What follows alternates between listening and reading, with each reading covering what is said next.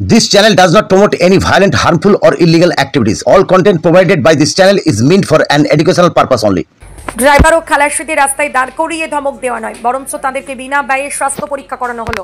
দেওয়া হলো পাশে থাকার বার্তা। পুলিশটি পালন করে এভাবেই হাওড়া সিটি পুলিশের পক্ষ থেকে অঙ্কুরহাটি চেপিহাটের ড্রাইভার ও খালাসিদের পাশে থাকলো পুলিশ।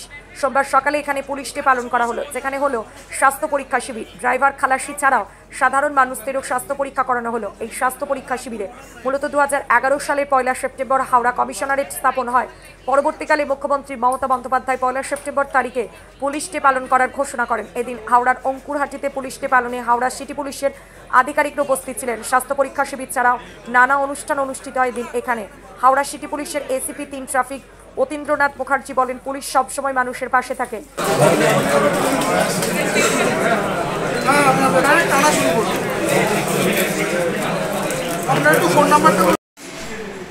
একটা এখানে হেলথ চেকআপ ক্যাম্পের আয়োজন করা হয়েছে ওয়েস্ট বেঙ্গল সরকারের পক্ষ থেকে।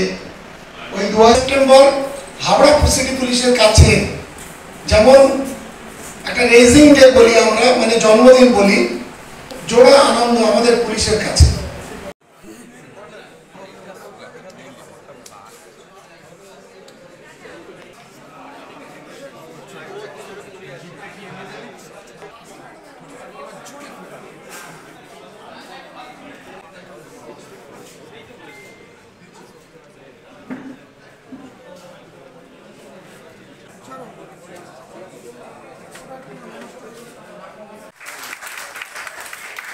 Thank you, sir. Actually, Howrah কমিশনারেটের প্রথম জন্ম হাওড়া কমিশনারেট ফার্স্ট সেপ্টেম্বর থেকে চালু হয়। আর 1900 পরীক্ষার একটা সুযোগ করে দেওয়া হয়েছে, যাতে ভবিষ্যতে তাদের স্বাস্থ্য ভালো থাকে এবং তারা আমাদের সাথ দিতে পারে। স্যার, পুলিশ ডেতে আজকে কি মেসেজ দেবে আপনাদের তরফ থেকে? দেখুন, পুলিশ ডেতে মেসেজ যেটা দেওয়ার সেটা হচ্ছে আমরা সবসময় চেষ্টা করি জনগণকে সুস্থ পরিষেবা দেওয়ার।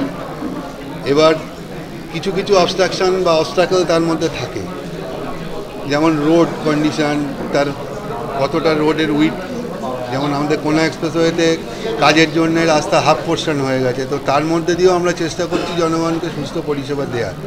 এবার একটা জিনিস যখন তৈরি হয় সেটা ভবিষ্যৎ চিন্তা করে, যে ভবিষ্যতে জিনিসটা তৈরি করে দিলে সেটাতে স্মুথ জার্নি পাবে লোকে।